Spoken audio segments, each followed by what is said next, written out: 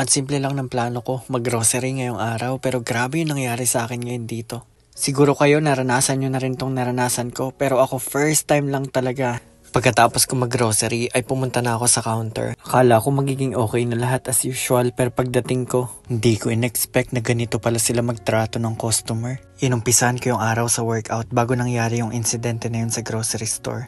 The entire day wala akong kamuwang-muwang na mangyayari pala sa akin yun. Pumasok lang ako ng trabaho at pagkatapos pumasok ay nag-grocery so nandito na nga ako sa Don Quixote.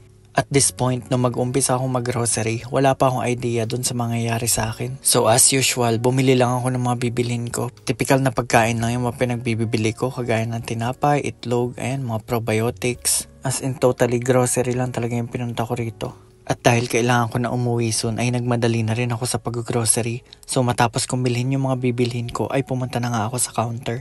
Pagdating ko sa counter, ay nilagay ko lang yung cart ko at isa-isa na niyang pinapunch yung mga item na bibilhin ko.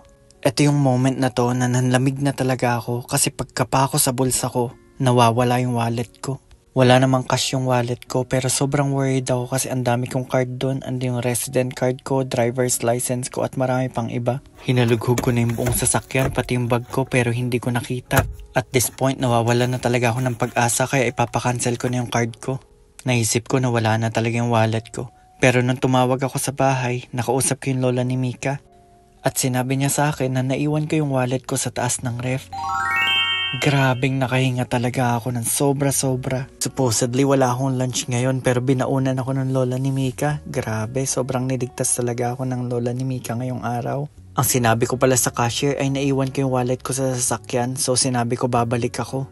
Pero ito lang ang pera ko sa sasakyan kaya pumasok na lang ulit ako at bumili ng ice cream. Saktong food trip lang yung masarap na flavor. Chocomint ang flavor ko ngayon kaya yan yung binili ko. Ayaw na ayaw ng misis ko yan kasi lagi niyan sinasabi na lasang toothpaste. Umakyat na rin ako na explain ko sa cashier yung nangyari. Sana lang hindi sila magalit sa akin.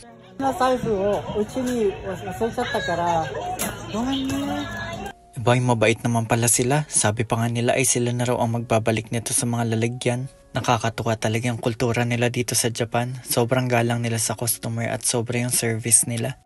Grabe yung roller coaster of emotions ko dun sa wallet. Buti na lang ay may chocomint dito pamparelax. Kain tayo.